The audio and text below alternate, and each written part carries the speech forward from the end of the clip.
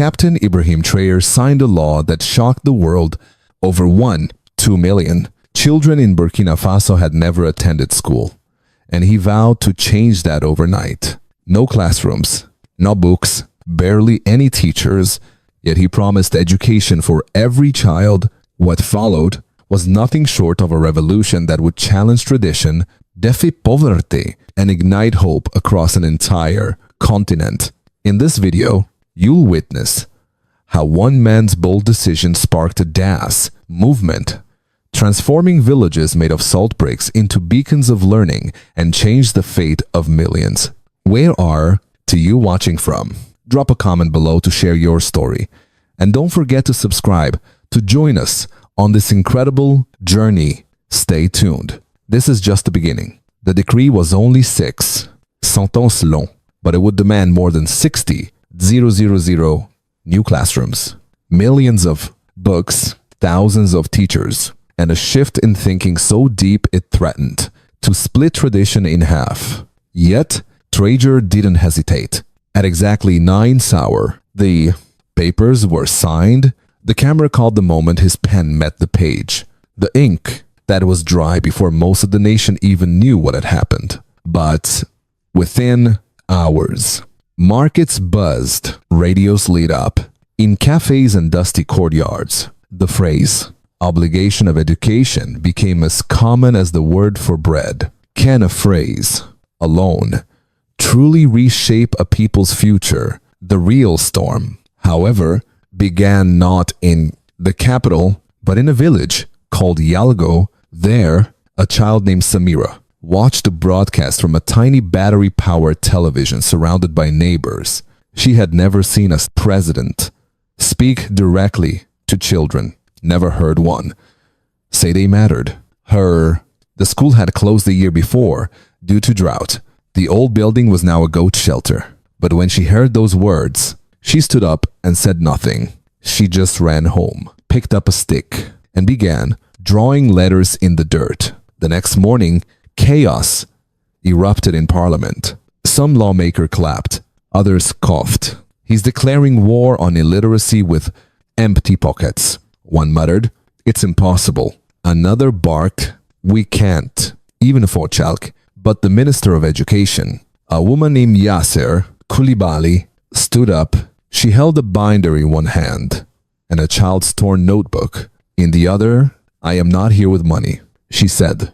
"I'm here with evidence. This notebook belongs to a girl who taught herself to read under a street lamp using newspaper scraps. Don't tell me it's impossible. She already did it. What more proof do you still need? If not this child's courage." The room went silent, but far from the marble halls, another kind of silence was brewing. In a northern province, a village elder named Boubacar received news of the law with a long, tired sigh. "We've always sent the boys," he said, "but now the girls, too." "Yes," replied a young teacher named Sekubari. "Everyone." Boubacar frowned. "And who will fetch the water? Who will help in the fields?" Seek didn't answer. Instead, he pulled a folded sheet from his bag. It was a drawing made by one of his former students, a girl named Zepsau. In it, she'd drawn herself wearing glasses, holding a book titled Tomorrow. She said she wanted to be a lawyer. Sue said softly. Boubacar looked away. Was the dream of one girl enough to disturb the balance of generations? The next morning, 3 girls appeared under the tree where Sekou taught. One of them wore a dress stitched from old rice sacks. Another carried her brother's broken sandals. The third walked barefoot but held a book tight to her chest, though she couldn't yet read a word of it. In Ouagadougou, Traore was already 10 steps ahead. He summoned mayors, governors, and regional chiefs. He didn't threaten them. He challenged them. "If you were invaded," he asked, "would you wait for permission to defend your land?" They nodded. "Of course not." "Well, ignorance is invading your future. So, build your defenses now. Start with the children." Blueprints were drawn overnight. Vacant churches became classrooms. Market stores were repurposed as mobile libraries. Retired nurses became reading coaches. Everyone did something. Even prisoners volunteered to build desks. The country moved like it had one heartbeat, but not everyone was inspired. In the South, a wealthy landowner named Cybury refused, "I need workers, not readers." He said, "Education is a luxury for cities." That week, his own son ran away, walking miles to enroll in a school under a mango tree. A journalist asked Trayor if he feared backlash. His response, "I fear one thing, a generation that cannot dream." Isn't that the greatest threat to any nation? Even Burkina. The camera panned to his hands, calloused from war, now signing education decrees with ink-stained fingers. The news cycle didn't know what to do with him. Was he a soldier? A reformer? A dreamer in fatigues? The people didn't care. In a small village called Lao, children gathered around a chalkboard nailed to a baobab. A teacher barely older than her. Students drew the first word, freedom. A child raised her hand. "Can I write it too?" The teacher nodded, and for the first time in that village's history, a girl wrote the word freedom and truly understood what it meant. How long had it taken for just one child to feel that power? In the dry heat of the Sahel, the village of Tioni barely stirred. The wind lifted red dust from the bare ground, carrying it through the open windows of a crumbling schoolhouse. Inside, Headmaster Duanu sat at a cracked wooden desk, a rusted radio humming beside him. The signal was weak, but the message was clear. The decree had reached them. Every child in Burkina Faso must now be in school. No exceptions. Dauda squinted at the letter, stamped with the government seal. He read it twice, then threw it on. The shisk. "Teach with what?" he muttered. "No chalk, no desks, no clean water. And now they want miracles." He stood and walked outside, where the sun was already blistering. The school's roof was patched with old tin. The walls were lined with termite holes. There hadn't been a full class in months. Most of the children worked in the fields or stayed home to care for younger siblings. The idea that all of them would show up tomorrow felt like a joke. But the rumors were already spreading. At the well, parents whispered that inspectors were coming from the capital, that villagers who didn't comply would lose government aid, that Captain Trayor himself might visit unannounced. Could he really walk these dusty paths like any other man? And more than that, some whispered that this law was real, that things might finally change.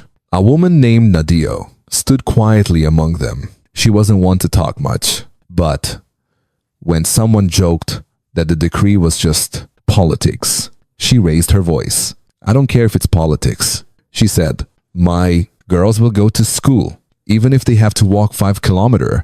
The crowd fell silent. Na had 3 daughters, all under the age of 12. None of them had ever set foot in a classroom. There wasn't money for books, and Na's husband had died 2 harvests ago. She earned what she could selling fried millet at the market, but it barely fed them. That night, by the fire, she sewed together pieces of old cloth to make bags. She wrapped flat stones in rags for them to sit on. And at dawn, before the rooster crowed, she woke her daughters and tied their hair back with string.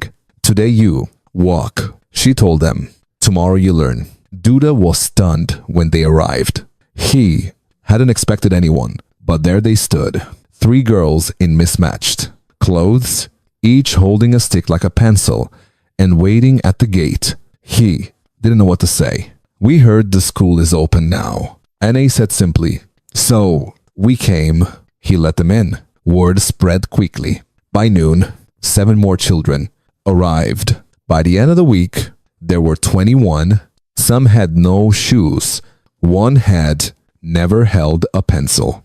Duda scrambled to find materials He tore old newspapers into strips. He used the back of grain sacks for writing practice. When he ran out of chalk, he crushed stones into powder and used his hands. One afternoon, a government vehicle rolled into the village. A man in a brown uniform stepped out.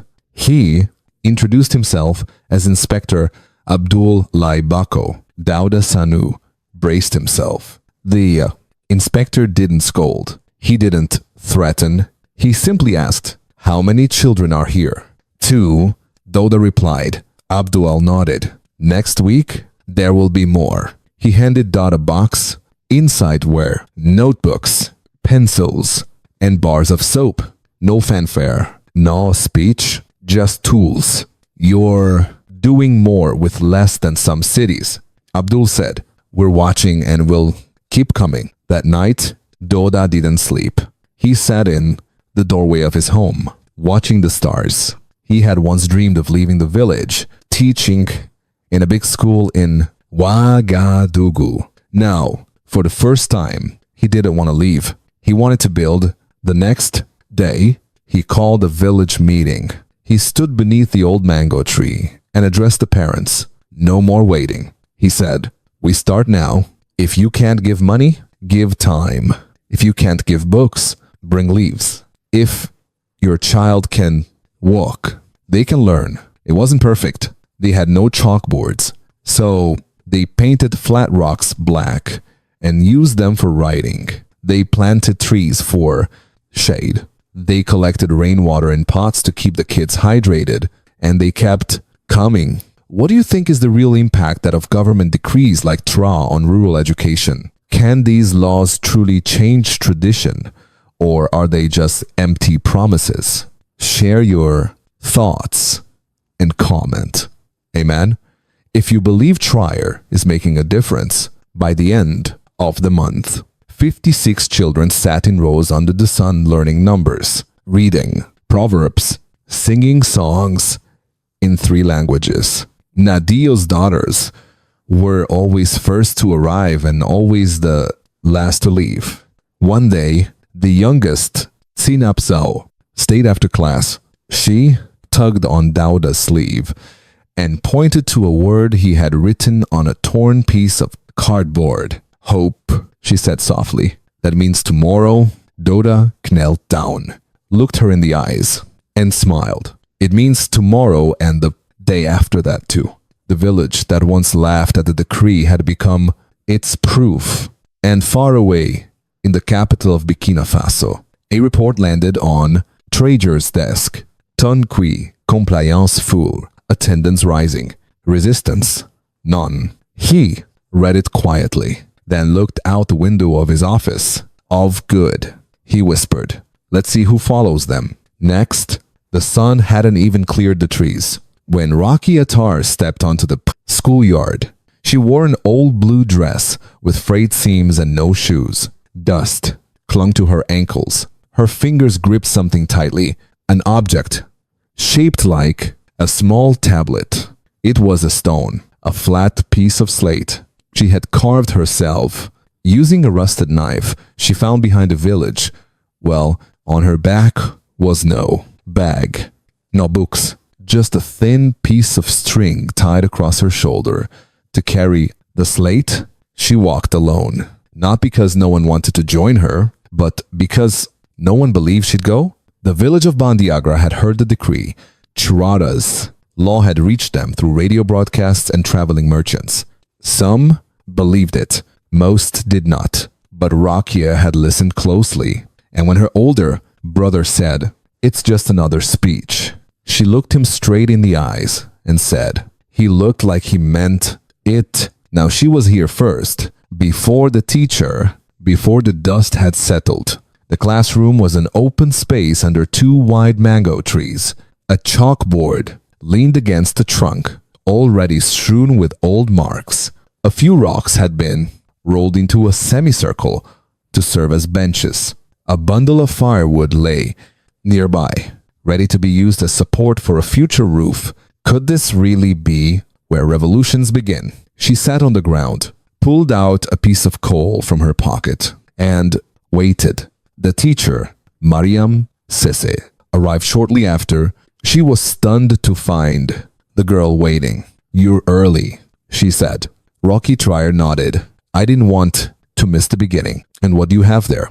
"My board," Rokia replied, lifting the slate with both hands. Mariam knelt and examined it. The edges were chipped. The surface had been smoothed with sand. It had small cracks from wear, but it was clearly shaped with care. "Did you make this?" she asked. Rokia nodded again. "We don't have notebooks, but I can wipe this clean and use it again." More children began to arrive, some with scraps of paper, others with nothing at all. But every eye turned toward Rokia, this small girl sitting upright with her homemade slate, resting on her knees like treasure. Class began with names, then numbers, then letters. When Mariam wrote the word dream on the chalkboard, she paused. "Can anyone tell me what this means?" The class was silent. Some children tilted their heads, others looked away. Rokia raised her hand. "It's something you see with your heart," she said quietly. The teacher smiled. "And can you write it?" Rokia looked at the board, then down at her slate. She picked up the coal, her fingers trembling slightly, and copied each letter, D-R-E-A-M. She moved slowly, as if each letter was sacred. She paused after each one, checking the shape, then pressing gently to avoid breaking the coal. When she finished, she looked up, not to the teacher, but to the mango tree above her. "I want to remember it forever," she whispered. From that day forward, Rokia never missed a lesson. She sat in the same spot every morning, her slate resting across her lap. When it broke in half after a storm, she repaired it with rope and wax from a village candle. When her coal ran out, she used charcoal from her mother's cooking fire. When her neighbors mocked her, calling her the stone scholar, she smiled and kept walking. What gives a child such relentless fire to keep going? Despite everything, one afternoon, a group of elders came to observe the class. They were skeptical. The decree had forced them to open the school, but they still doubted its worth. As they watched, Mariam called on Rokia to read a sentence from the board. She stood, her slate in hand, her voice calm. She read, "Education is the light we carry, even in the dark." The elders looked at one another. One of them, the oldest, whispered, "She speaks like she's already seen the light." Word spread beyond the village.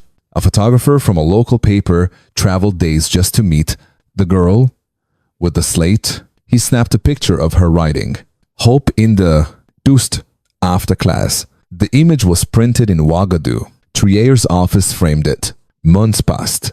The stone slate became more than just a tool. It became a symbol. Teachers in other regions began encouraging students to make their own slates when supplies ran short. A campaign started, "If Rokia Trayor can learn with stone, no child has an excuse." But Rokia never cared about the fame. She kept showing up, kept copying words slowly, carefully, with respect. One day, when the class wrote letters to the president, hers said only one sentence: "You gave us the law, I gave it a slate." And somewhere in the capital, that sentence landed harder than any speech. Rokia didn't change the country. By marching, she didn't speak in crowds. She simply came to school with a rock in her hand and a future in her eyes. Isn't that how real revolutions begin? Quiet and steady. They didn't arrive with sirens. No warnings, no speeches, just the sound of old diesel engines pulling into the edges of forgotten villages. Across Burkina Faso, the inspectors came, brown uniforms dusty from travel, notebooks tucked under arms, boxes of books strapped to their backs. Some rode motorcycles. Others came in old pickup trucks with chalkboards tied to the sides.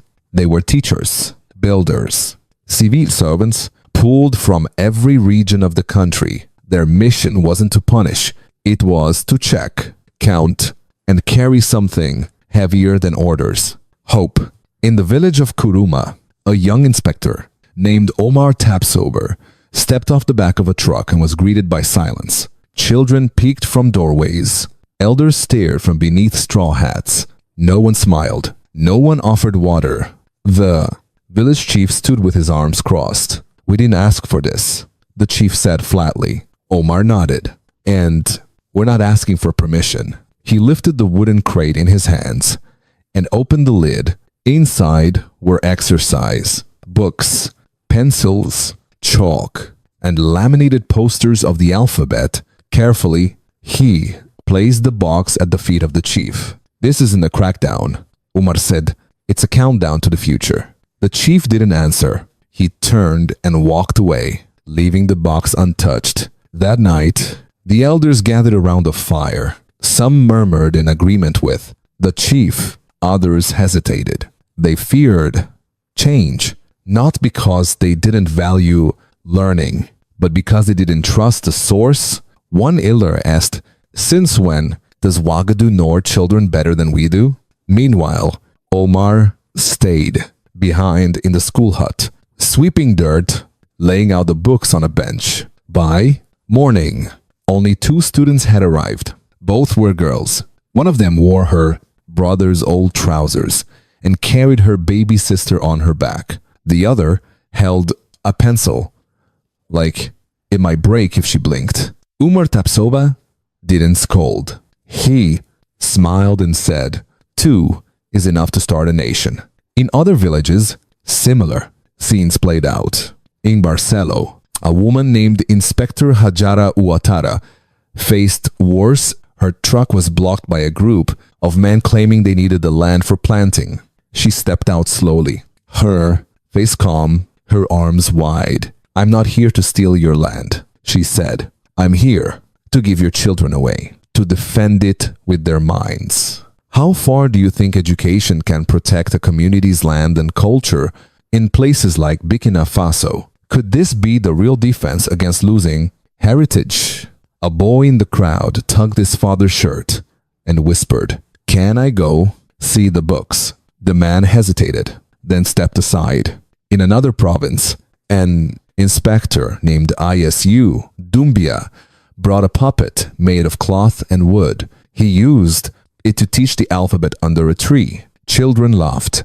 Parents gathered. By the end of the day, 20 new students had joined the class. He slept on the ground that night with a notebook under his head and no roof over his body. The inspectors weren't saints. They were tired, underpaid, sometimes ridiculed, but they kept arriving. Each time they showed up, something cracked. A locked school was reopened. A parent sent their child. A teacher returned from retirement. In the town of Palmer, a blind elder named Lamenzita offered to sit outside the school every day, sing stories to keep the students from drifting away during breaks. "I can't see their letters," Lamin said, "but I can help them remember why letters matter." Not all resistance faded quickly. In one village, a school was burned the night after the inspector left. No one claimed the responsibility. No one spoke. But the next morning, a mother named Aminata took her cooking pot, filled it with sand, and placed it in the middle of the ashes. Then she drew letters in the sand with her finger and told her children, "If they burn the school, we will build one with our hands." An inspector returned a week later. He found 40 children sitting around the pot, reciting the alphabet. He wept quietly before handing Aminata a new chalkboard far away in the Ministry of Education. A wall map tracked each inspection. Green pins marked schools that had reopened. Yellow pins marked partial success. Red pins I showed rejection or destruction. Each night the map changed. Slowly, the green began to spread. Trey visited the ministry unannounced. He studied the map in silence. One of the officials asked, "Should we punish the red zones?" He shook his head. "No, we'll surround them with green, and they'll feel the warmth of the others." Then he added quietly, "Change never begins in the center. It always starts at the edge. The inspectors knew this truth well. They weren't enforcing a policy. They were planting a future, one dusty village at a time. The baobab tree stood alone at the edge of the savannah, wide and ancient. Its trunk was thick enough to shade 20 children, and its branches stretched like arms, holding up the sky. Beneath it, a woman spread out a mat made of woven straw and lined up 3 large pieces of bark beside a lantern. Her name was Candia. In another life, she had been a nurse 35 years in the city hospital. She had bandaged wounds, delivered babies, comforted the dying. But now at 62, she had come home, not to rest, but to teach. What makes someone give more when they've already given everything? The village of Wapasi had no school building, no chalkboard, no books, just children with questions, and a tree with space. So Candia turned the baobab into a classroom. She taught by lantern light before the sun rose, and under its branches when the sun fell. She crushed charcoal into powder and used her fingers to write on bark. Her lessons weren't just letters, they were life. The first day she drew the word fire on a piece of bark, then looked at the children. Fire can burn or it can cook. What's the difference? She asked. One boy raised his hand. What do you use it for? Exactly. She nodded. And your mind is the same. By the second week, word had spread. Children walked for miles to sit beneath the tree. Some came barefoot. Others carried babies on their backs. Candia didn't turn anyone away. She didn't ask for papers or ages.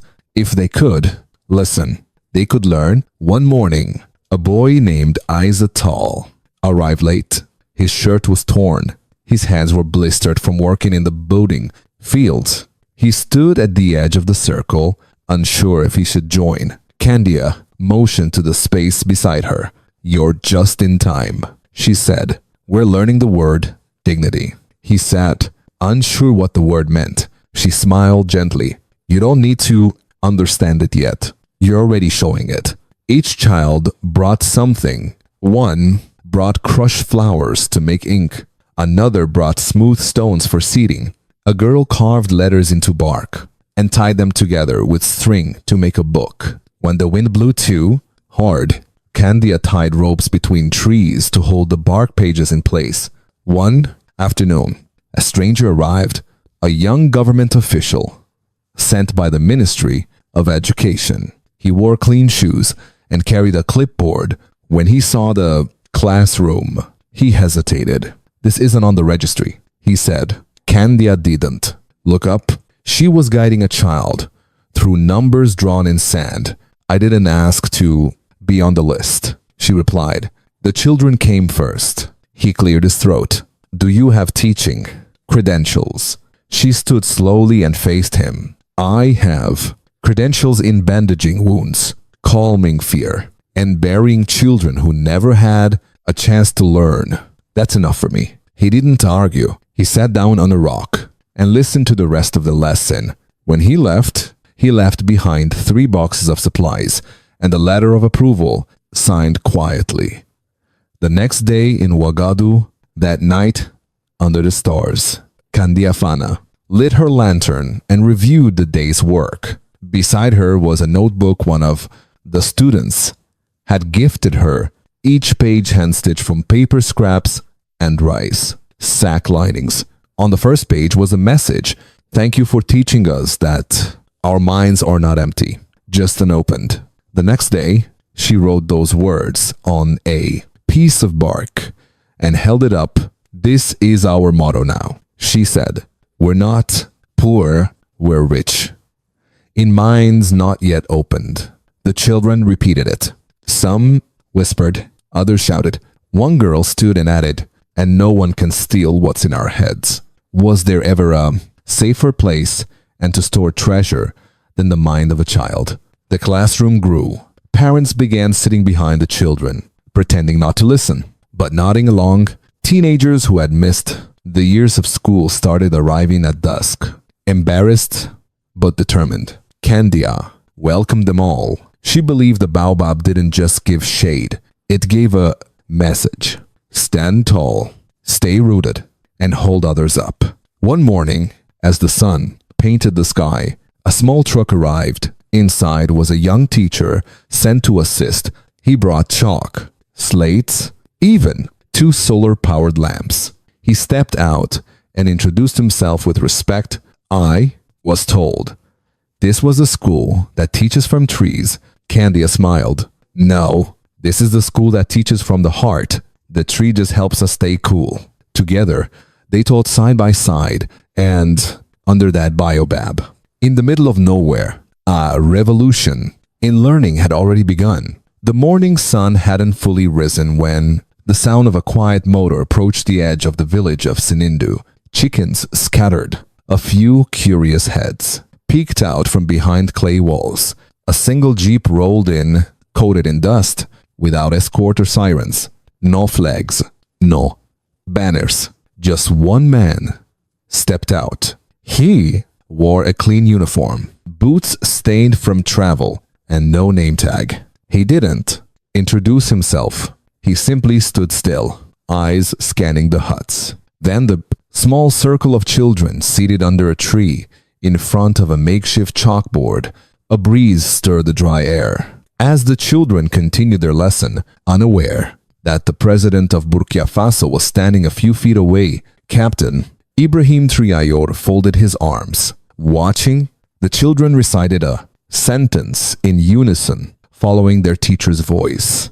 Knowledge is not bought, it is earned. He waited until the recitation ended, then took a few steps forward. What did you learn today? He asked gently. The children turned. A few looked nervous. Others just stared at his boots, unsure who he was. A boy stood up. He had bare feet, a scraped knee, and eyes far older than his age. His voice was soft, but steady. We learned that Africa is not a begging bowl, he said. We just forgot how to fill it ourselves. Trayor blinked. A slow smile formed. He nodded once, then turned to the teacher, a woman named Ajara Khan, who was still frozen in place. Chalk in hand. She recognized him. Her lips parted, but no words came. I'm not here to make a speech, he said. I'm here to see what the law became.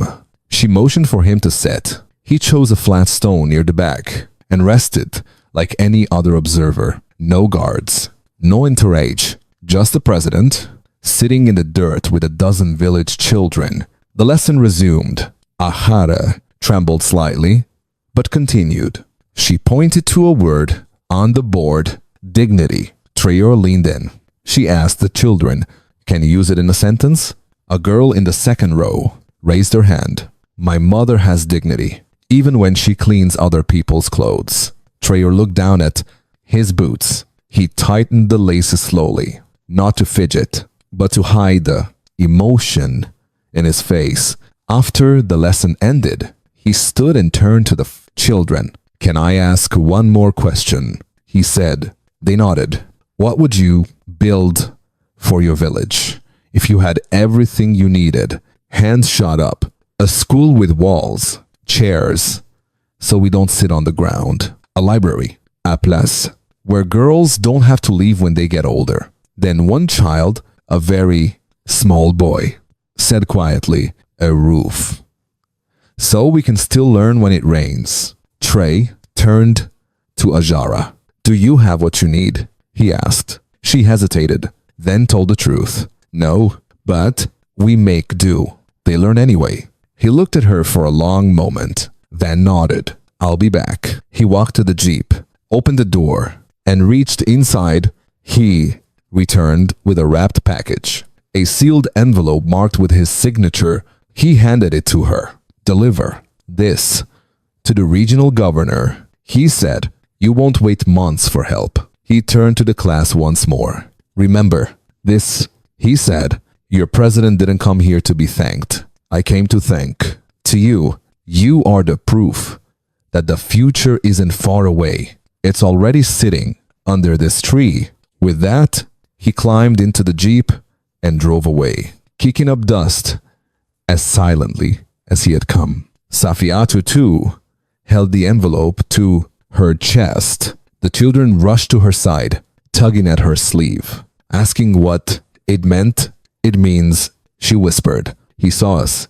News of the visit traveled fast, not through cameras or headlines, but word of mouth. No photos were taken. No interviews given. But in every village across the province, children whispered about the man who came and listened. The regional governor received the envelope. 3 days later, inside was authorization for a permanent structure, solar panels, school materials, and a monthly bonus for teachers in remote villages.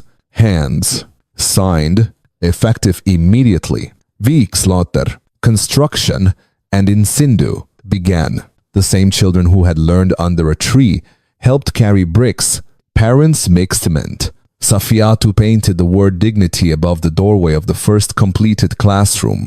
The boy who had answered Trayor's question that day, his name was Abel Diarra, was asked to lead the opening ceremony. He didn't speak long, just one sentence. We remembered how to fill our own bowl. And in Ouagadougou, Trey read the report and smiled. The mining town of Carney was never silent. From sunup to sundown, the ground trembled with the sounds of hammers, shovels, and heavy boots. Men wiped coal dust from their faces, collected small pay, and returned to tin-roof homes with tired eyes and cracked hands.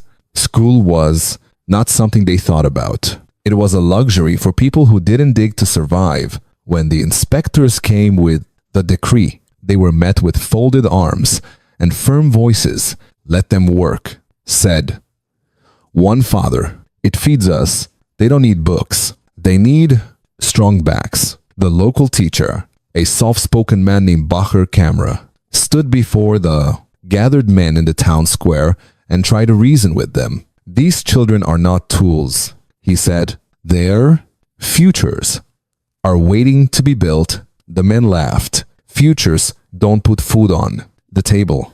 One snapped. Let's see you eat a future when the mine closes. That night, no children came to class.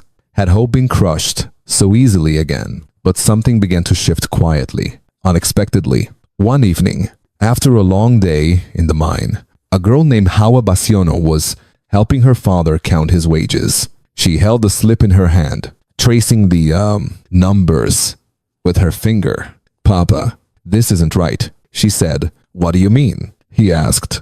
They paid you less than last week. For the same number of shifts, he took the paper and stared. The numbers meant nothing to him.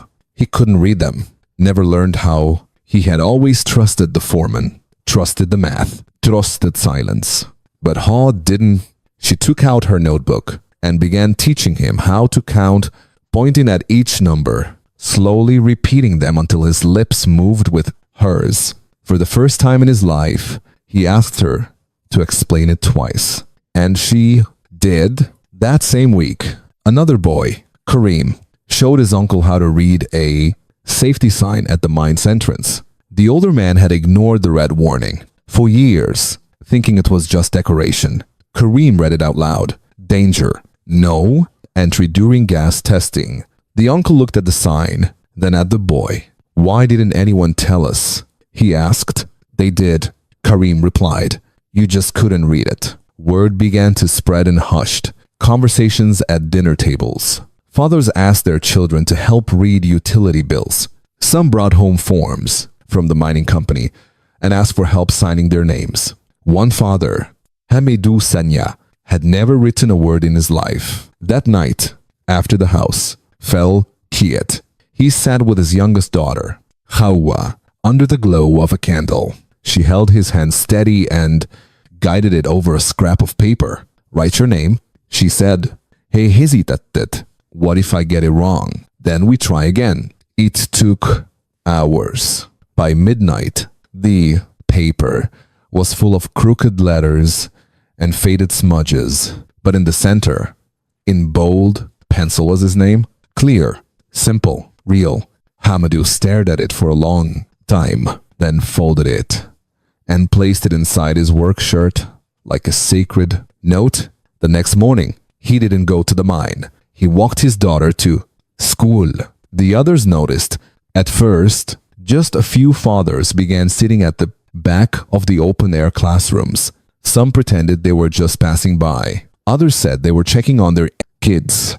But each day, they stayed longer. Some began to mouth the words the teacher spoke. A few copied notes onto the backs of old receipts.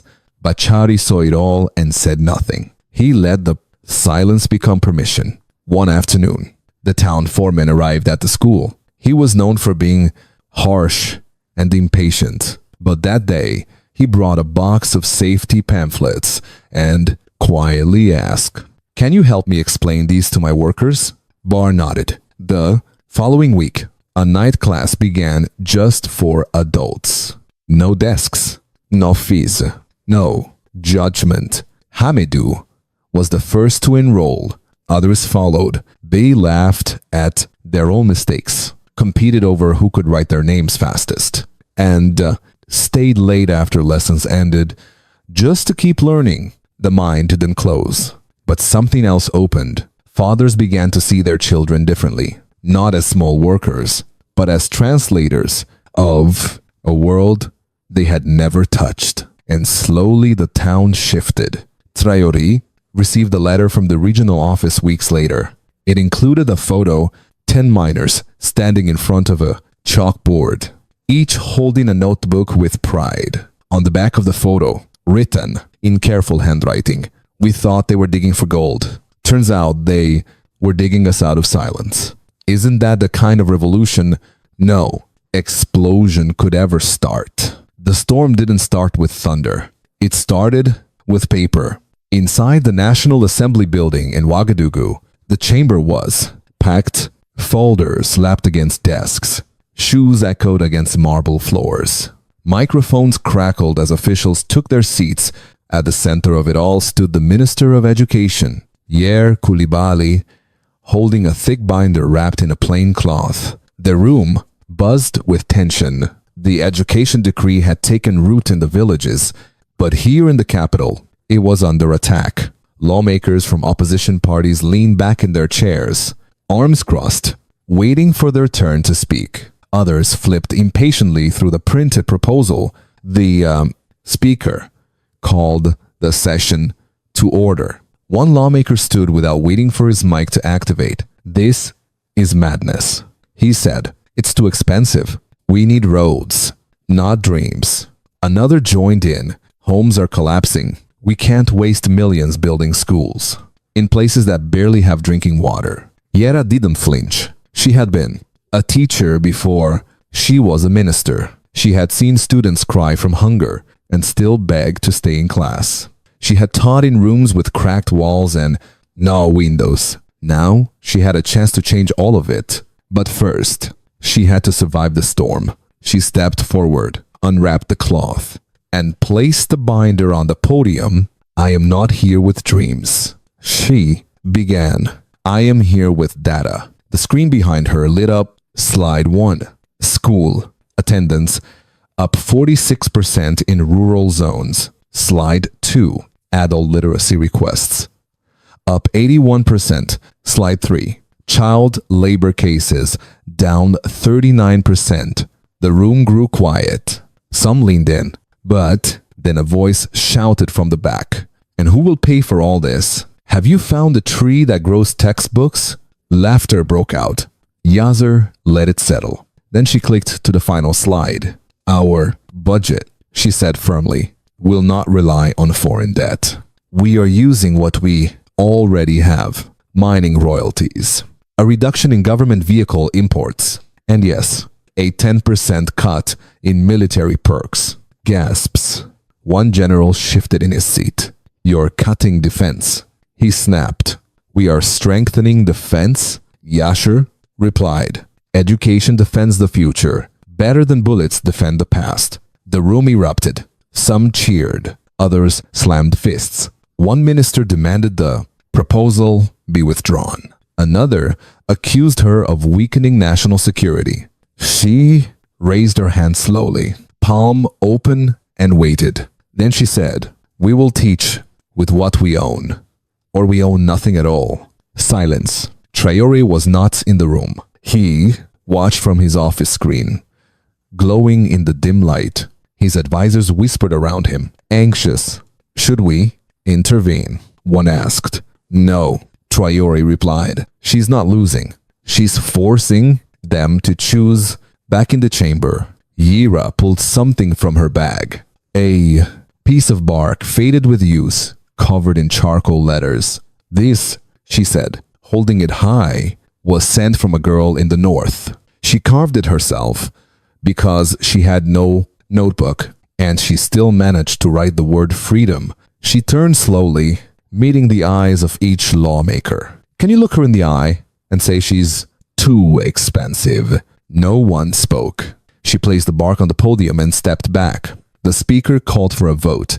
Green lights blinked across the board. The education funding passed by a narrow margin, but it passed. Outside, news spread fast. Reporters typed headlines. As the crowd gathered in the square, villagers listening by radio clapped. Teachers cried in staff rooms. Students jumped in dusty yards. In Carney, where miners once shouted against the schools, fathers now read about the vote by candlelight. One of them whispered, "She fought for our children harder than we ever did." Yira Kulabali walked out of the chamber, a lone binder in hand. Reporters called her name. She didn't stop. At the steps of the building, she paused, looked up at the sky, and let out a single breath. Then she smiled. Inside Trayore's office, he leaned back in his chair. "She just built a school?" he said softly, without laying a single brick. And isn't that the rarest kind of construction? One made of, well, not cement. They didn't look like rebels. They looked like teenagers with backpacks full of bananas, candy, or second-hand clothes. No one paid attention.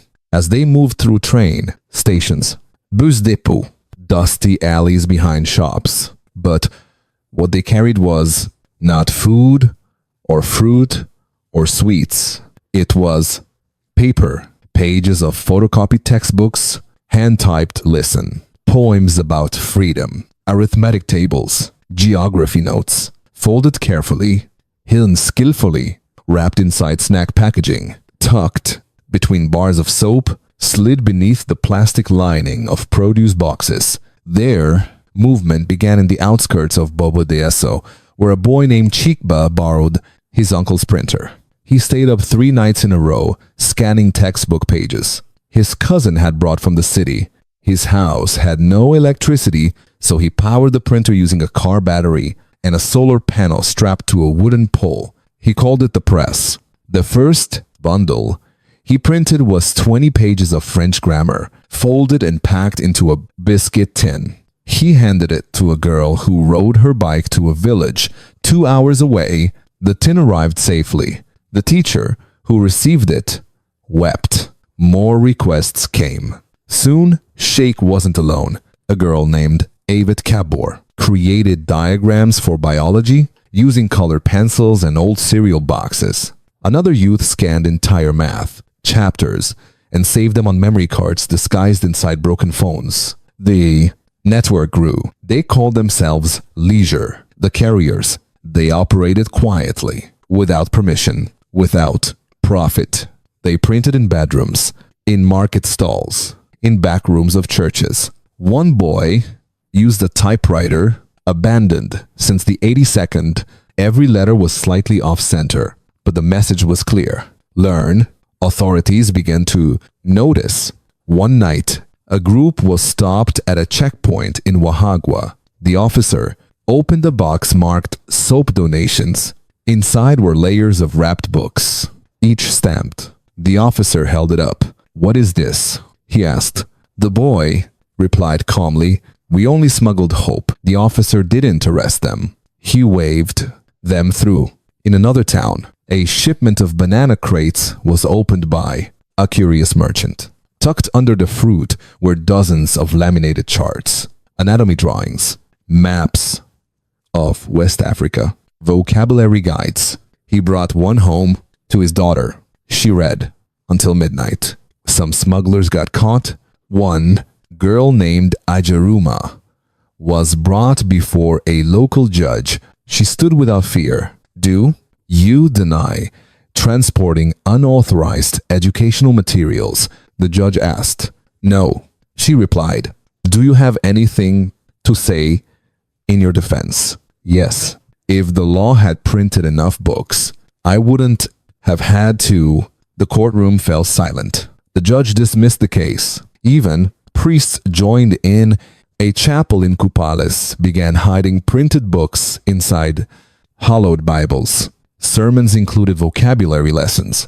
Confession booths became tutoring corners. One pastor whispered during Mass, "Blessed are those who carry knowledge, for they lift entire villages." Government officials couldn't ignore it. Some wanted crackdowns. Others begged for patience. But Trayor issued no arrest orders. Instead, he called for an emergency review. In a private meeting, he held up a candy wrapper that had arrived on his desk. Inside were 6 pages of a physics guide, neatly folded. They broke the law. One advisor said they broke through the silence. Trayor answered, the law will catch up with them. He ordered all seized material returned to the schools. He funded new community print hubs, but he insisted the state must never punish a child for carrying what we failed to provide. What kind of government fears its own students? Anyway, soon, schools began receiving surprise packages. Some were anonymous, others signed with a simple symbol, an open hand holding a book. The children knew what it meant. They had protectors. The book smugglers never became famous. They didn't appear in newspapers or give interviews. But in classrooms across the country, pages with crooked margins and grainy ink became lifelines. A teacher in the South pinned one of them to her wall. Above it, she wrote in chalk, "If you have this paper, it's because someone believed you were worth the risk." And every morning, her students, I would look at it before opening their notebooks. One day, in a rural school near the Ghana border, a small boy raised his hand. "Teacher," he asked, what's the word for someone who carries books without being asked?" She paused, then said gently, "A hero," and the room nodded. No one noticed her. At first, a jar of kuni sat near the back of the classroom under the mango tree, legs folded, eyes wide, hands clasped in her lap. She didn't speak. She never had. The other children whispered about her. Some said she was cursed. Others said she wasn't all there, but no one asked. Not even the teacher. In a village like theirs, silence was easy to ignore. The education law had brought dozens of new students to this small rural school in God.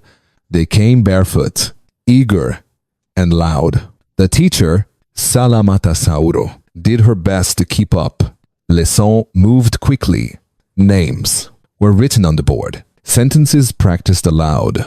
Ajara never raised her hand, never read, never wrote. Still, she came every day. She arrived early, sitting alone before class began. She stayed late, watching the others laugh and copy letters. She listened, watched, absorbed, but said nothing.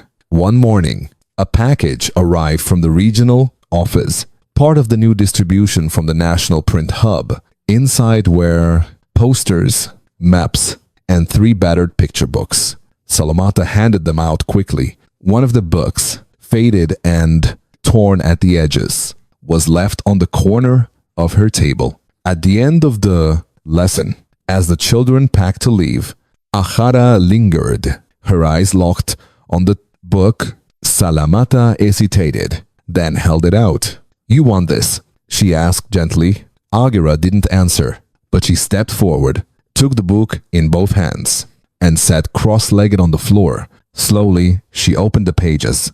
The room emptied. The sun dipped lower. Still, she turned each page with care. Sally Marta Soro sat beside her quietly. The book was simple. It showed animals, people, and actions. A goat, a girl eating, a boy walking, a tree falling. Then something happened. A jar of pointed to a picture of a girl sleeping. Then laid her head against her palm. Then she pointed to a bird, flapped her hands, then to a house, and gestured a roof. Salamata blinked. You understand? She asked softly. Ajara looked up and nodded. Salamata reached into her bag and pulled out a pencil and paper. She drew a tree. Ajara pointed to it, then touched the ground. Yes, Salamata whispered. Under the tree, she drew a book. Ajara touched her forehead, then pointed to the picture again. You read with your mind. Another nod. Could a child say more in silence than we ever could in words? Tears welled in the teacher's eyes. She hadn't seen her. Not really. Not until now. The next day, Salamea brought more pictures. She started each lesson with drawings and signs. She showed the class how hands could speak when mouths could not.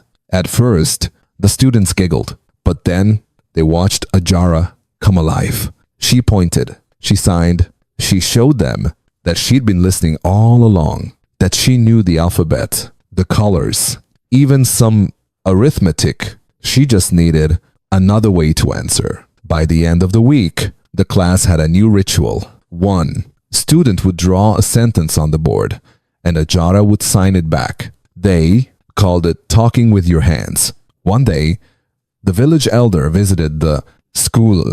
He had heard rumors about the girl who never spoke, but somehow knew everything. He stood at the edge of the class, arms crossed. Salamata handed Ajara a slate and pointed to the word welcome. Ajara nodded. She stepped forward and drew it perfectly, then turned to the elder and bowed slightly. He said nothing. Oh, for a long time. Then he whispered, she was never broken. We just never asked how she worked.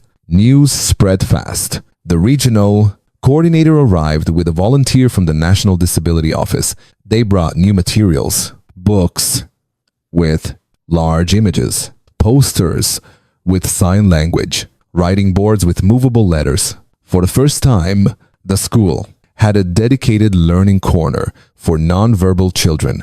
But Ajara wasn't just a student now. She became a guide. Other children with disabilities who had never dared to come to school began showing up. One had a limp. Another was partially blind. One could barely hold a pencil. But they came because someone like them had been seen. Sally Marta kept a journal. One entry read, she taught me more with her silence than I ever taught with my voice. When a national delegation visited God to evaluate the school's progress, they asked to meet the girl with no voice. They found her sitting beneath the mango tree, teaching 3 younger children how to sign the word believe. The report later sent to Ouagadougou included her name in bold due to the decree. This child entered a classroom, and because of that classroom, dozens more are no longer invisible. Captain Trayor read the report in silence, then turned it over and wrote a single note. She didn't need a voice to speak. She needed a chance to be heard. 3 years passed, 3 seasons of rain and dust, 3 cycles of harvest and hardship.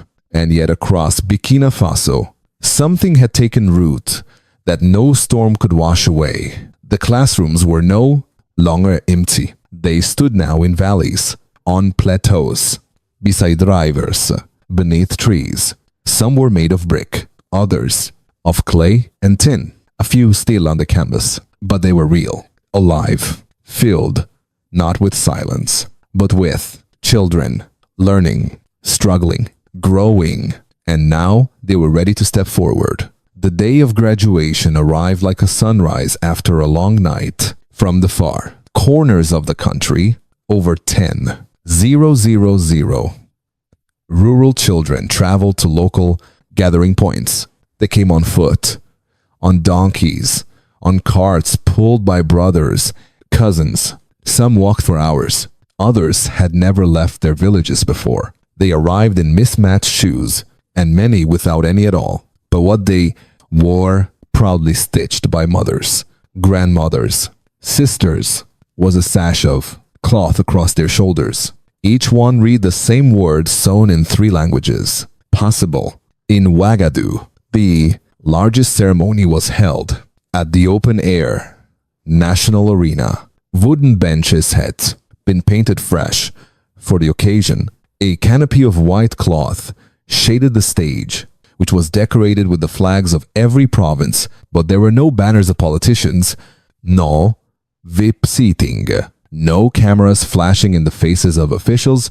This day belonged to the children. In the back row of the crowd, a man in plain brown clothes and dusty boots sat quietly. No one recognized him. No guard stood beside him. But those who looked closely might have noticed the calm stillness in his posture, the quiet strength of someone who had carried something heavy for a long time. It was Captain Ibrahim Trayor. He didn't stand when the music began. He didn't wave when the announcer called his name. He just watched. The children marched forward in lines. Some giggled nervously. Some held hands. Others stared straight ahead, shoulders back, as if this walk was the most serious thing they had ever done. For many, it was. In the northern town of Dori, a girl named Nadio led her school's procession. She had missed 3 years of school before the decree. Now, she walked with a book in one hand and her little brother's palm in the other. He would start school next year, and she had already promised to help him in Bobo Dulasso. A boy named Aizatal wore his grandfather's old shirt stitched at the collar. He had learned to read using charcoal and bark. He now read full novels and wanted to become a teacher. In Benfora, Rokia Trayor, the girl with the stone slate, stood before her classmates and recited a poem she wrote herself. It began, "They gave us nothing, so we built everything, one by one." Children walked across simple platforms. There were no diplomas, yet just certificates printed in the capital and hands signed by their regional teachers. But the weight of that paper was heavier than gold. Do you think Trayor's silent leadership reflects strength or weakness? In a country craving loud change, comment, Africa rise, if you stand with this vision for our continent. When the time came for the national anthem, the entire arena stood, all except one man. Trayor remained seated until the final line ended and silence returned. Then slowly, quietly, he stood and bowed. No speech, no applause. The children saw him. Then word spread through the rows like fire, through dry grass. The president is here. He bowed to us. Some began to cry. One boy sitting on the ground whispered, "He didn't speak, because today it's our voice that matters." In the center of the stage, the Minister of Education stepped forward. Yassira Coulibaly held no script. She didn't need one. 3 years ago, what she began seemed impossible. Today, sure, 0, 0, 0. Children proved us wrong. She looked out over the sea of sashes and continued, "You walked miles. You studied by candlelight. You taught your parents to read. You carried hope in your hands. And now, the world must carry you." She raised her hand. "Let the word on your sash guide every step from here on." A wave of voices echoed back, "Possible." Later that evening, as families returned to their villages, celebrations erupted across the country. In small huts and crowded courtyards, children were lifted onto shoulders. Drums played, food was shared, and in one village, a grandmother who had never learned to read sat with her granddaughter and asked softly, "Will you teach me now?" The girl smiled. "Yes, Grandma, starting with your name." In his office, Trayor received the final report that night. Graduates 10, 324, attendance 91%, dropout rate below 3%. Rural literacy, highest recorded in national history. He placed the report on his desk beside a worn piece of bark, bearing a single word: freedom. Then, without a word, he reached into a drawer, took out a blank piece of paper, and began to write. It was time to build what came next. Meanwhile, Salameasauro stood at the gate of the University of Ouagadougou. Her hands trembled around the straps of a worn backpack.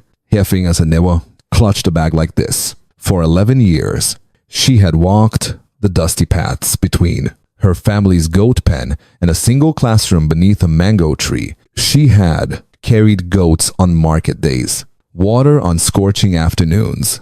Today she carried a dream, acceptance letter in hand. She gazed at the stone pillars, on Iron gates, feeling the weight of every step she had ever taken. In the crowd of new students, she looked out of place. Others wore fresh uniforms, polished shoes, new backpacks sealed in plastic. Their laughter rang with excitement. Salomata breathed in deep. She had borrowed her cousin's shirt and untied her hair. She had washed her dress by the river at dawn and ironed it on a hot plate. Her mother had pressed it between two flat stones overnight. Salamata's shoes were patched with leather scraps, yet she stood taller than anyone. Registration took the better part of the morning. She threaded her way through lines, presenting her papers, answering questions about her background, her grades, her hometown. Officials glanced at her with polite curiosity. One asked where she had learned to read. She said, simply, under a tree. Another handed her a student ID card, stamped 0001234, then smiled. Welcome to the university, he said. The campus stretched before her like a city. Lecture halls rose like silent cathedrals. Libraries beckoned behind glass walls. Cafeterias spilled with chatter. Salimatasauro felt dizzy. She remembered the first time she saw a book thicker than 30 pages. She had traced the spine with her finger and whispered, "What worlds lie inside you?" Now she passed row upon row of shelves and imagined thousands of possibilities. The first class was history. The professor began with a question about African kingdoms and colonial legacies. Many students raised their hands. Salomata sat back listening. When the professor opened the floor for discussion, her heart pounded. She remembered the girl who learned with a stone slate, the inspector who brought books in crates, Captain Trayor bowing at the graduation ceremony. But most of all, she remembered her mother's voice. "You have worth in your mind." She stood and raised her hand, voice steady. "I come from a village where goats outnumber people. We learned to read the land before the for the land. Letters. I believe our histories begin not with rulers, but with the hands that sweat seeds." The room fell silent. The professor nodded. "Welcome, Salata." A ripple of applause followed. Weeks passed. Salomata walked campus paths at dawn, reading under shade trees before classes. She studied late into the night. In the dorm courtyard, a paper lantern flickering beside her borrowed mattress. She made friends slowly. A history major named Adamus shared notes when she had none. A science student named Ibrahima taught her how to navigate the library catalog. She repaid them by sharing stories of her goat pen by moonlight, of the baobab classroom, of the girl who danced in sign language under a mango tree. Her laughter was genuine, of her determination contagious. One afternoon, the university held a convocation to celebrate diversity and resilience. The dean invited 3 students to speak. The first was the valedictorian from Ouagadougou. The second, a refugee student who had walked across borders. Then she heard her name, Salamata. She went to the podium in borrowed shoes. The sun streamed through stained glass windows. The audience keened. Her heart fluttered, but her voice was clear. I was not late. The world was late to see me. She paused. Faces turned. Some brows furrowed. Others smiled. She continued. For 11 years, I walked roads that never led me here. I carried goats, water, and hunger. Yet, every step taught me that knowledge should not be a privilege, but a promesa. You gave me a promise when you passed the law that brought us to schools. Today I stand in a place that once felt unreachable, not because I was late, but because the world was late to recognize our power. Remember this: change does not wait for permission. It begins when we demand it. The auditorium erupted. Ministers rose. Professors wiped away tears. Students cheered. Salamata bowed and stepped back. Her hands shook, but her smile shone brighter than any lamp. That night, under her thin blanket, Salamata wrote in her journal, "Today, I earned a voice. Tomorrow, I will use it to lift others." She thought of the school under the baobab, of the inspectors on dusty roads, of the mothers who sewed their daughters' hopes into sashes. She knew the journey was far from over. University was only the next step. During the following semester, she volunteered at a community learning center. She traveled back to her village and others like it, teaching adult literacy and history classes. She organized study groups under trees. She collected old newspapers, textbooks, anything to pass along. She wrote letters to Captain Trayor, thanking him for the law. She received replies urging her to push further, to mentor more, and to insist that every child in Burkina Faso set foot on a university campus if they chose. As graduation loomed, Mariam prepared her thesis on indigenous knowledge systems and post-colonial governance. Here, Edvisa, a visiting scholar, praised her research as groundbreaking. You bring voices often forgotten. You remind us why universities exist. On the day she received her diploma, 13 years after Trayor's decree, she walked across another stage. This time, she wore polished shoes and a cap. She held her family's attendance record in one hand and her diploma in the other. Her mother wept. Her aunts cheered. Her professors applauded. And Minister Yassira Kulabali, seated in the front row, nodded with pride. When reporters asked her what message she would send to her country, she said, "If I can walk from goat pen to university in 11 years, imagine what millions can do in one." She turned toward the camera. "The law made us visible. Now our knowledge will shape the nation." In Ouagadougou, Captain Trayor watched from his office window. He stood and bowed his head. No speech was needed. He understood that Mariam's journey was a promise kept, a promise that every single child could rise if given the chance. And in the heart of Burkina Faso, a new generation took its first steps toward tomorrow. Night fell early in the villages of Kodigu province. Darkness crept across the mud walls of homes. Lanterns flickered behind woven shutters. No street lights, no power lines, only the glow of fires where families gathered to cook and to talk. For many children, school was over when the sun set. Lesson ended, books closed, hopes tucked away until dawn. But not for Boubacar Niki. He was a teacher by day and a storyteller by night. At evening, he carried a battered cassette recorder, a single candle, and a sheath of handwritten scripts to the porch of his home. He lived on the edge of 3 villages, each too poor to have electricity, but rich in curiosity. As soon as the fireflies appeared, Boubacar Nikima lit his candle, placed the recorder on a wooden crate, and began to speak. His voice was calm, warm, and steady. He read lessons on reading and arithmetic, then recited poems he had composed about perseverance and pride. He described scenes from geography, the great rivers of Africa, the mountains beyond the desert, the coastline, far to the south. He taught history through stories of African kingdoms and tales of heroes who built cities from nothing. He spoke of science by inviting children to imagine the stars as letters in a giant skybook, waiting to be read.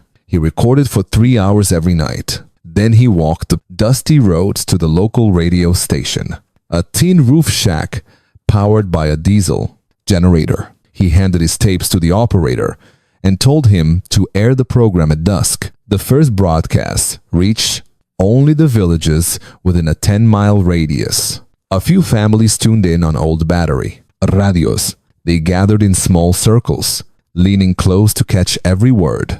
The next night, dozens more arrived. Word of his show spread by word of mouth. A woman carried her radio to her neighbor's house and whispered, "Come listen. School is on the air." Children huddled under blankets, eyes shining, as Boubacar's voice flowed through static and crackle. When the lessons ended, he said softly, "If you can't come to school, let school come to you." Then he left a space of silence so they could imagine the words in their own minds. One evening, a radio engineer named Hamidou Sagner happened to be traveling through the district. He heard the broadcast by chance and was struck by the clarity and passion in Boubacar's voice. He tracked down the station manager and asked, "Who is this teacher reading lessons at night?" The manager smiled and shrugged. "It's just Boubacar, a village teacher with too much time and too few resources." Hamidou insisted on meeting him. They found Boubacar on his porch. The candle burned low. Hamidou listened as he finished a lesson on the importance of asking questions. When the tape ended, he cleared his throat and said, "You reach more children than any school in this province. What if we made your show national?" Boubacar shook his head. "My tape is rough. My candle almost out. Who am I to teach the nation?" Hamidou placed a hand on his shoulder. "You are the reason a law was passed. You are the living proof that education cannot wait for power lines within weeks." The national public broadcaster added Boubacar's program to its evening schedule. The signal traveled from Ouagadougou to remote outposts near the borders. In villages without radios, people gathered around battery-powered receivers in schools and health centers. Some went to nearby markets where travelers from the capital carried portable radios. Wherever the broadcast reached, doors opened and the night filled with learning.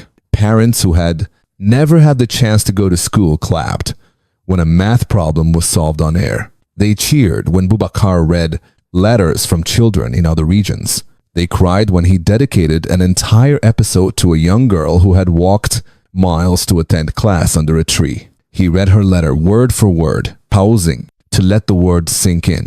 "I carry my slate like a shield because my mind is my weapon." That sentence became a national slogan. The Ministry of Education took notice.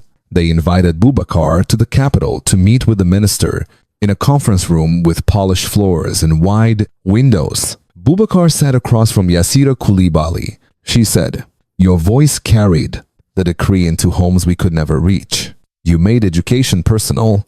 How can we support you?" He thought for a moment, then replied, "Send solar panels to every community radio station. Provide rechargeable units so they can broadcast even during blackouts, record more languages. We need lessons in Mr. Fulfer and dozens more." Within months, solar kits arrived, and volunteer translators recorded scripts in local dialects. Boubacar trained assistants in remote areas to record their own shows.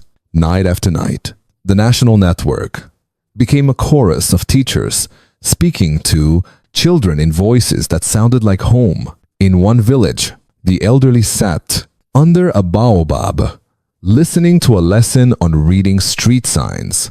A man cleaned his glasses and whispered, "They invented reading just for us." Children labeled rocks for spelling practice. Some used the light of their lanterns to copy down words. Others memorized songs about history and recited them at dawn under the very tree where they learned. On market days, dozens of families crowded around stalls to catch the next episode. Mothers balanced baskets on their heads while babies slept on their backs, heads bobbing to the rhythm of the voices. Fathers hitchhiked to the nearest hilltop, where the signal was strongest, then sang the alphabet down the windy, or slope. Even in the capital, the nightly broadcast drew listeners. Street vendors timed their calls to the lesson break. Taxi drivers turned off their radios and listened in silence. University students tuned in before heading to late-night study sessions. They texted friends in the villages, confirming the broadcast time and ensuring everyone could join by the end of the first year. The radio show had reached an estimated 2 million listeners. UNESCO recognized it as a pioneering model for distance education in low-resource settings. Awards were given to Boubacar and his team, but he refused to accept them alone. He invited every community station to share the stage and every volunteer translator to speak. In his acceptance speech, he said, "This is not my program. It belongs to every teacher with no classroom, every student with no book, and every parent who refused to let darkness keep their child silent." Back in the villages, families taped the broadcasts on cassette tapes and passed them from home to home. Mothers who learned their letters by radio taught them to their neighbors. Children taught their siblings. Whole neighborhoods joined study circles. Some built makeshift studios under tarps and sent their recordings to the national network. In classrooms across Burkina Faso, teachers began each morning by reviewing the previous night's lesson. They wrote the key sentences on boards, then asked students to recite them with gestures and songs. The phrase, "Let school come to you," became a classroom motto. Students painted murals on walls, a radio tower beaming books into dark. Fields, children learning by firelight, and Buba's face drawn in charcoal with the words, "Our teacher in the night." Captain Trayor read reports of the radio program in his office. He placed a small radio receiver in the corner of his desk and listened whenever he could.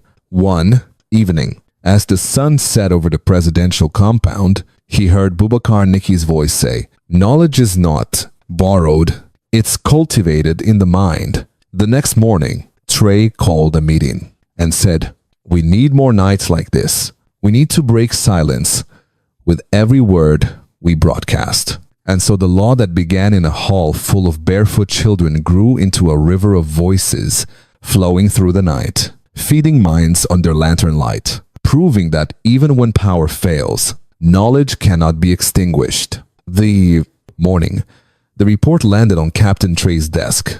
The sun had barely risen over the presidential palace. He picked up the thick envelope and ran his thumb over the UNESCO seal. Inside was data he had dared only to imagine. Burkina Faso, once ranked among the lowest 10 countries in rural literacy, now claimed a place in the top 3 for literacy gains over the past 5 years. Numbers showed that rural reading levels had climbed from 28 to 73%, far exceeding projections and expectations. Trey read the executive summary in silence. The gravity of the achievement settled in his chest like a stone. Then he closed the folder, rose from his chair, and walked into the courtyard. Reporters had gathered outside the bride palace gates. They carried cameras, microphones, and notebooks, ready to record his response. Some pushed forward, eager for a sound bite. Others whispered among themselves, speculating on the unexpected rise. The decree had been passed 3 years earlier, but no one foresaw this level of transformation so quickly. A few diplomats had doubted the plan could work. International donors had held back, waiting to see proof. Now they had it. At exactly 10, Ling, Captain Trayor, walked to the improvised podium. He wore a simple shirt and slacks. No medals, no flags behind him. The crowd quieted as he adjusted the microphone. A single cameraman captured the moment. Then he spoke. "Our nation has been defined by what we lack. Today we are defined by what we can achieve." He paused, scanning the faces before him. He did not mention the critics. He did not brag about the data. He simply stated a fact. UNESCO reports our rural literacy gains are now among the highest in the world. But I ask you this, how did we do it? A reporter stepped forward, voice shaky with excitement. Captain, how did you do it? What was the secret? He smiled, a small knowing curve of his lips. He held up the report, then closed his hand. We stopped asking the world for help, he said slowly, and asked our people what they needed. Murmurs ran through the crowd. The statement sounded simple, but carried weight. A lesson in leadership, a shift of power. It spoke of dignity restored. It continued, we built no grand monuments. We gave no empty promises. We went to each village and asked mothers, fathers, and children what stood in their way. We listened to headmasters who had no chalk. We listened to teachers who taught under trees. We listened to children who carved slates from stone. We honored their voices. He looked at the press, his gaze steady. The result is not measured by statistics alone, but by the lives behind these numbers. A child who reads a street sign for the first time, a mother who writes her name proudly, a farmer who finally counts his own harvest accurately. That is our triumph. He stepped back and let the words sink in. Then he answered a second question. President, did you foresee this outcome when you passed the decree? He shook his head. I hoped, I believed, but I did not foresee the courage of our people, their willingness to carry books on their backs, their inventiveness when supplies were scarce, their dedication to bring school into their homes at night by candle and radio. That spirit carried us further than any classroom ever could. Reporters scribbled notes. The camera zoomed in on his expression. Papa. He placed a hand on the report. This document is a testament to what happens when a law becomes a promise kept, when policy meets determination in the fields and classrooms of real people. Later in a private briefing, his advisors congratulated him. They spoke of donor interests and potential funding for other reforms. They urged him to hold a summit to share the model with neighboring countries. He listened. Then he said something no one expected. Let us not hold a summit just for ourselves. Let us send our teachers, our inspectors, our students to those countries. Instead of just dignitaries, let them teach what a decree can become when a nation decides to act. Silence followed, then nods of agreement. Implementation plans were drawn that very afternoon. Meanwhile, back in the villages, radio broadcasts repeated clips of his speech. Teachers in remote schools played the recording on battery radios. Students cheered. Parents wept. In a town by the border, a teacher named Bubakar Nikiama paused his nightly program to replay Trayor's words. We stopped asking the world for help and asked our people what they needed. Children whispered to each other as they turned the pages of their slates. In Kani, the mining town, where fathers once resisted, they now held reading circles by firelight.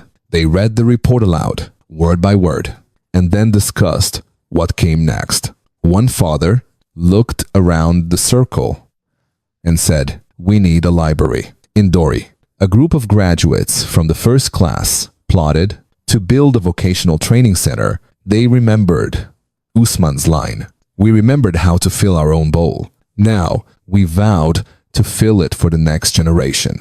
At the university, Salamata Sauro referenced the UNESCO report in her thesis.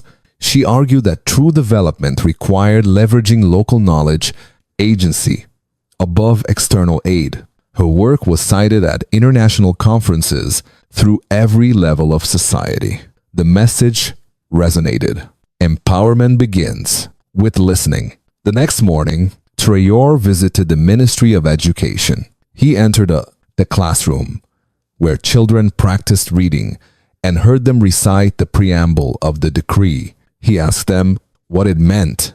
They answered in unison, "No child denied education, not one." He smiled and bowed his head before them, a silent gesture of deep gratitude and respect. Back at his office, He pinned the UNESCO report on a bulletin board next to the original decree. Below them, he wrote in chalk, "Proof and promise." He stepped back and surveyed the board. Both documents testified to Allah's power and a people's spirit. And he knew the real work had only just begun. The test had shocked the world, but for Burkina Faso, it was a beginning. The salt flats of Marco, shimmering under the midday sun, stretched toward the horizon, blinding white. On the edge of that shimmer, a band of villagers gathered as dawn broke, clutching wooden planks and buckets of water. They had no blueprints, no architect, and no promise of outside funding. All they had was a deep sense of purpose and a pile of salt bricks laid out on the cracked earth. For generations, the salt harvested here had fueled trade across the Sahel. Caravans loaded mounds of it onto camels and marched north to Niamey or south to Ghana. But now the people would use their most precious export to build a school, a place where their children could learn without walking miles. Each day, they would call it the People's Mind.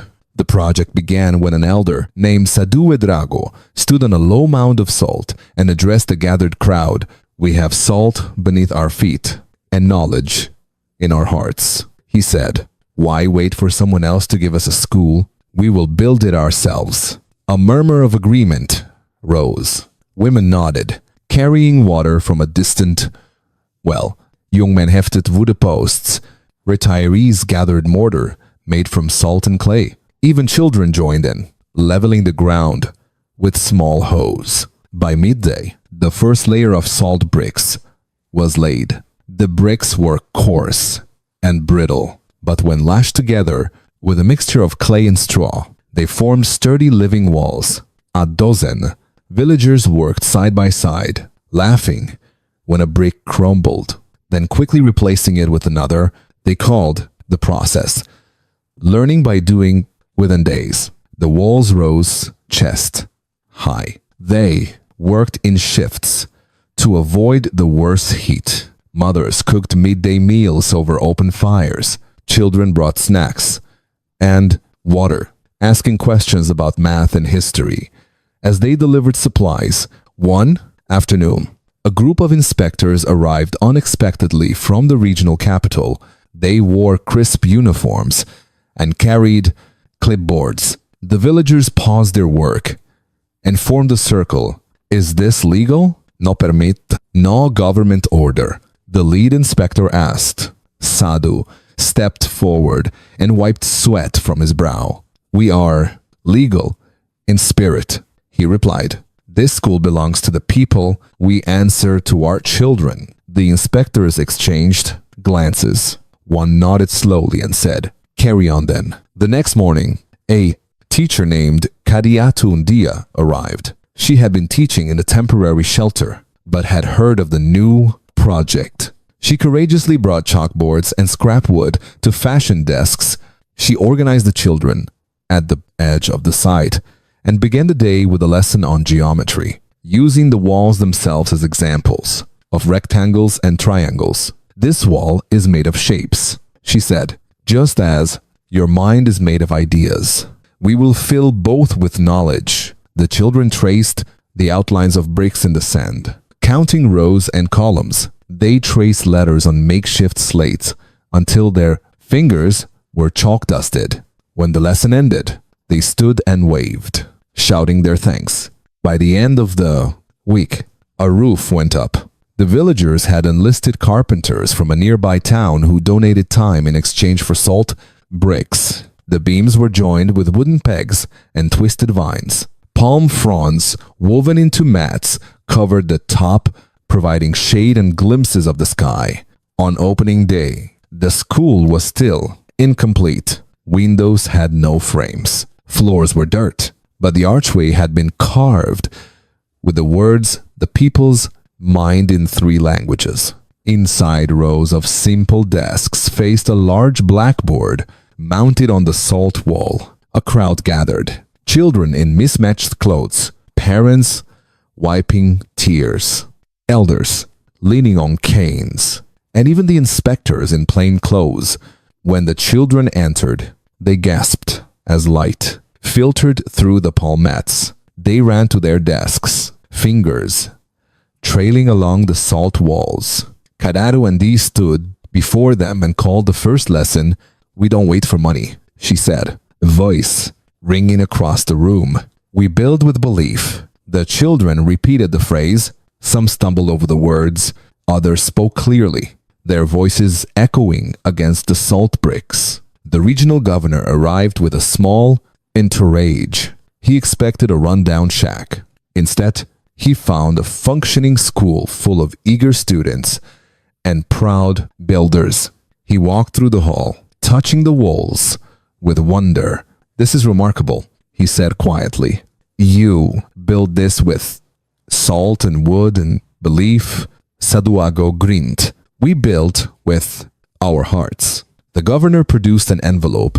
Inside was a letter of support from the Ministry of Education, promising supplies of books and teacher training. He told the villagers he would fund a water well next to the school and install solar panels for lighting. They cheered. The inspectors, who had questioned them before now, celebrated with broad smiles. Children danced in the courtyard, chanting lessons they had learned under the mango trees of their childhood. Over the next months, volunteers arrived from other regions to help. Carpenters built door frames, electricians wired solar lights, librarians donated books. The people's mind became a symbol, a statement that education could be born anywhere, if the community claimed it as its own. In that school, students learned not just reading, writing, and arithmetic, but civic pride. They learned that laws were meaningful only when people made them real. They learned that a decree in the capital mattered less than a promise kept in their own village. One evening, as the sun set over the salt flats, turning them pink and orange, Karatu gathered the children for a final lesson before the long holiday. They sat on salt benches arranged in a semicircle. She held up a globe. "Where does knowledge come from?" she asked. A boy named Bilal raised his hand. "From the world," he said. A girl named Aminata chimed in. "No," she corrected gently, "from our minds." Kadatu smiled and nodded. "Both are true," she said, "but remember that the most powerful school is built inside you. And here in this place of salt, we proved it. As darkness fell, families lit lanterns and candles inside the classrooms and poured into nearby tents for a feast. There was millet beer, roasted meat, and fresh fruit. Songs rose around fires. Children sang about salt roads and shining futures. Elders told stories of ancient kingdoms and modern triumphs. In that village on that night, education tossed it, as sweet as celebration. The people's mind stood tall against the stars, its walls reflecting candlelight and human determination. And under the salty sky, in a community that once waited for help, had built its own destiny, brick by brick, lesson by lesson, hope by hope, dream by dream. The sun had slipped behind the rooftops of Capella when the town hall, filled with anticipation, rows of folding chairs lined the dusty floor. A single wooden podium stood at the front, flanked by banners celebrating the education decree. Villagers pressed in from every direction. Teachers, parents, farmers, miners, even strangers who had traveled miles just to witness the evening's event. At the center sat a woman wrapped in a vibrant, patented cloth. Her hair was streaked with silver. Her posture was straight. She held a walking stick carved by her late husband, a reminder of both loss and endurance. Captain Ibrahim Trayor entered quietly and took his place at the podium. He wore a simple shirt and trousers.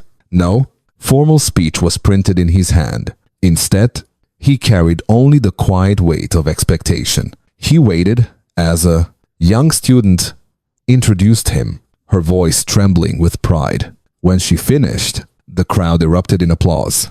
Trayor nodded in gratitude. then gestured for silence. He spoke of progress. He spoke of schools built, teachers trained, children reading under mango trees and beneath baobabs of radio broadcasts, carrying lessons into homes without electricity. He spoke of salt bricks and stone slates. He spoke of communities who had turned decrees into reality. The hall hummed with energy as he wove data and stories into a tapestry of national renewal. Then he paused. He looked toward the back of the room where the grandmother sat. The air shifted. The applause faded until only the hum of heat and anticipation remained. He pointed gently toward her. "Please, all," he said, "ask your question." The grandmother rose slowly. In her weathered hands, she held a folded piece of cardboard with a single word written boldly across it. "Forever." She approached the podium, cane tapping a slow rhythm on the wooden floor. Trayor stepped aside, making room for her at the mic. She cleared her throat and then spoke, voice soft yet unyielding. "Captain," she said, "I have seen promises broken. I watched wells dry after the first season. I heard roads crumble when the rains came. I saw schools built of straw collapse under the wind. You speak of change." A hush settled across the hall, deeper than the silence that had come before. Villagers exchanged uncertain glances. Teachers leaned forward, brows furrowed. A mother tightened her arms protectively around her child. Captain Trayor closed his eyes for a brief moment, as if summoning the voices of every debate in the village squares, every late-night broadcast carried across the airwaves, every lesson whispered under a tree when chalkboards were still a dream. Then, slowly, he opened them and met the gaze of the grandmother who had spoken. He did not answer right away. Instead, he walked downstage, setting aside the barrier of distance that leaders often hold between themselves and their people. Placing his hand firmly over his heart, he spoke softly, but his voice carried. "Your question," he said, "is the most important one, because every law, every speech, every act of government can be undone by time. But the soul of a nation, our soul, does not live in the pages of decrees. It lives here, in the hearts of its people." He let the words breathe, then asked her gently, "Tell me, how long have you taught your children and grandchildren the lessons that matter most?" The grandmother's eyes softened with memory. "Since the day my first grandson spoke his first word. Since the day my daughter first read her name aloud. Every day since then, I've taught them never to wait for someone else to give them permission." Trayor nodded. "And what did they learn from you?" "They learned," she said with quiet strength, "that a gift only lasts as long as the hand that protects it, and that a promise without protection is a promise already broken." Trayor turned back to the crowd. His voice grew steady, deliberate. "That is why we built schools, why we trained teachers, why we passed budgets. But all of that, those buildings, those numbers, are only the beginning. The true test comes when no one is watching, when power changes hands, when money runs thin.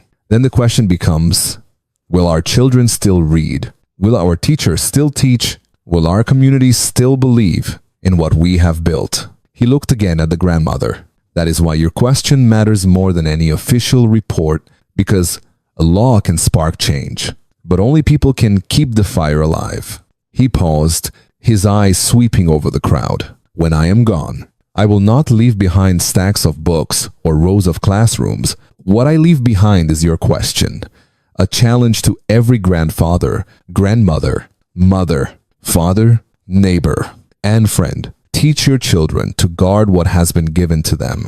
Teach your grandchildren to protect it." Then Trayor stepped off the stage and stood beside the grandmother. The hall was utterly silent, waiting. Finally, he said, "The word on our sashes was possible. Tonight, I propose a new word, stewardship. Let that be our guide. Let us not only teach our children to learn, but to defend what they have learned." For a moment, no one moved. Then a young teacher in the front row lifted her hand and called out, "We will, Captain. We will teach them." A miner's voice rose next. "We will protect it." A mother cried out, "We will give it life." The grandmother tapped her cane firmly against the floor. "And we will remember why we began," she said. Trayor placed his hand gently over hers and whispered, "Thank you for reminding us. The law gave us a start, but you gave us the reason to continue." In the days that followed, town halls across the nation echoed with the same conversations. Grandmothers and grandfathers, mothers and fathers stood up to ask the same question: will it last when you are gone? And from those gatherings emerged something new: local pledges, study circles to keep literacy alive, community patrols guarding schoolhouses, mentorship programs, pairing graduates with younger students, annual celebrations marking the decree's passage. The question had become a movement. It spread faster than any radio broadcast. It crossed provinces, not by government orders, but by personal commitments. Every promise made in one village was repeated 1,000 times over in the next, each vow strengthening the others like links in a chain. One evening, in his office, Captain Trayor pinned a photograph of that first town hall to his wall. The picture showed him bowing respectfully at the grandmother's feet, her hand resting on his shoulder. Above the photo, he chalked the words, "Only if we teach our grandchildren to protect it." Beneath, he wrote one word: stewardship. Closing the notebook, he placed it beside the original decree. Two words now guided the nation possible, and stewardship. And beneath the trees, in classrooms, both modern and humble, children were no longer only learning to read. They were learning to carry a question that would keep their education alive for a lifetime. Then, one morning before dawn, something unexpected appeared. On the threshold of a schoolhouse lay a book wrapped in plain brown paper. No title, no author, no seal, only the faint scent of fresh ink. At first, no one touched it. It rested on a weathered bench, as if waiting to be claimed. Finally, a teacher named Pikari Kamar approached, slid a cautious finger under the torn edge, and opened it. Inside were stories, vivid, short accounts of children. Children like his own students, barefoot girls who became doctors, boys who built bridges, young women who opened businesses. Every page bore testimony to lives transformed. Baffled, Pikari summoned the headmaster, who gathered the village council. They debated whether the book was a gift, a prank, or something else entirely. But no matter where it came from, the stories rang true.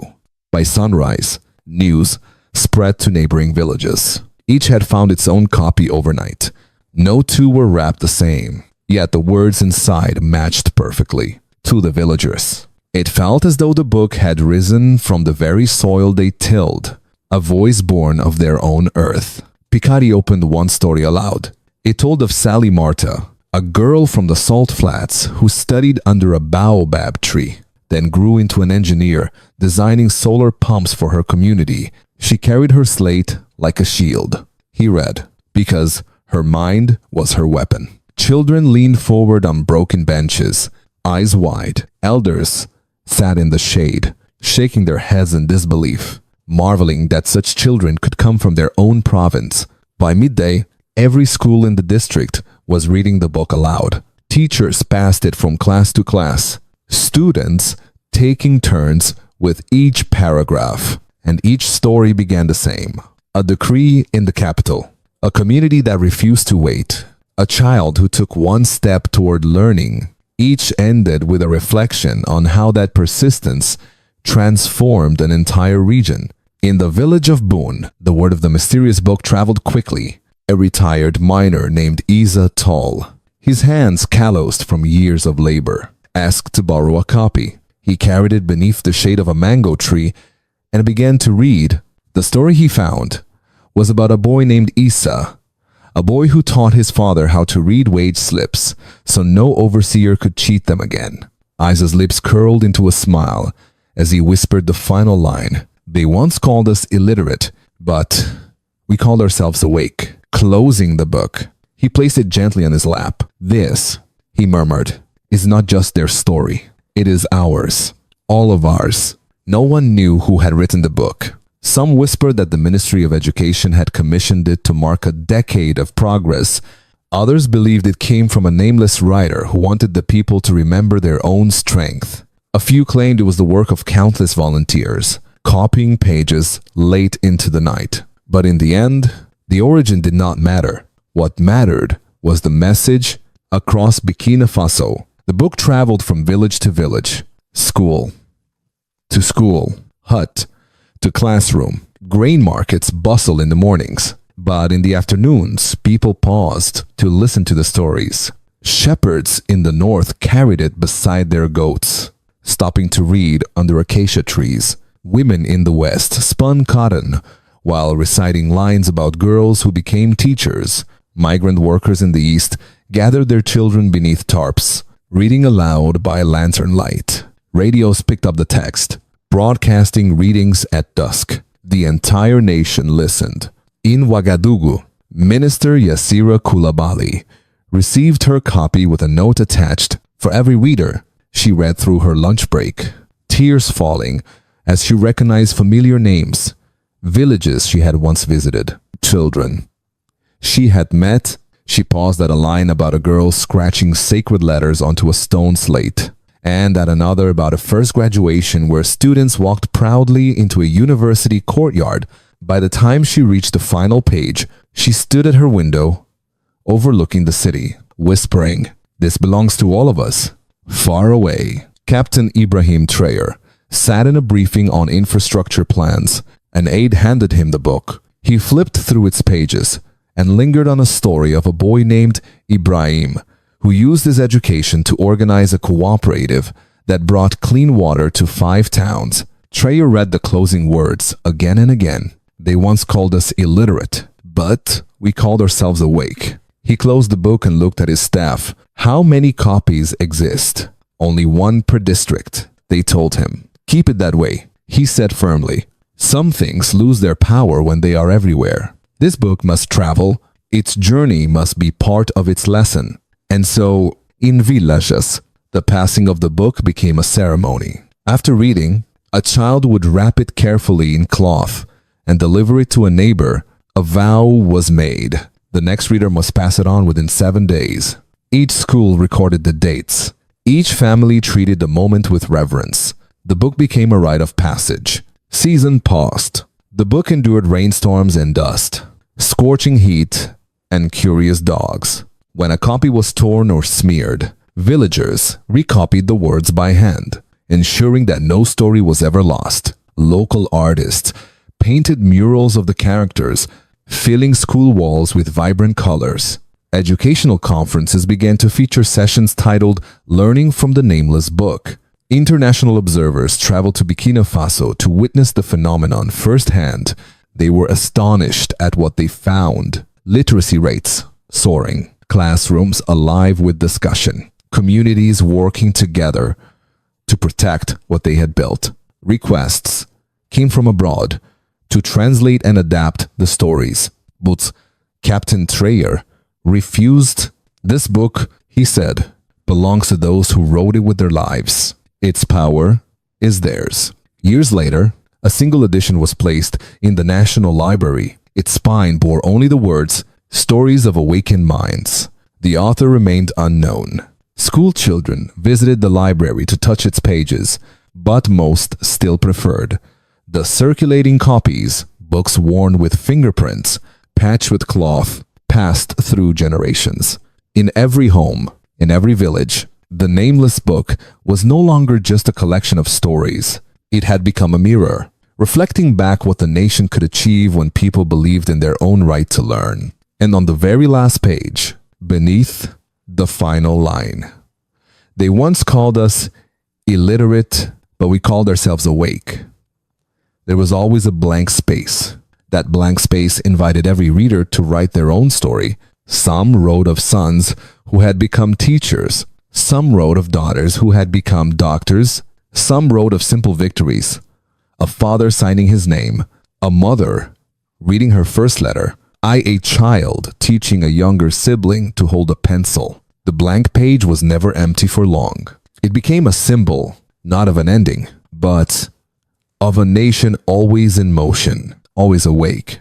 Trayor, in his later years, would often say, "We began with possible, we grew with stewardship, but it is the stories, the ones written by the people, that will carry us forward." The people of Burkina Faso understood the book was no longer just paper and ink. It was a covenant, passed hand to hand, generation to generation. Proof that education is not a gift bestowed from above, but a fire that burns because a community chooses to keep it alive.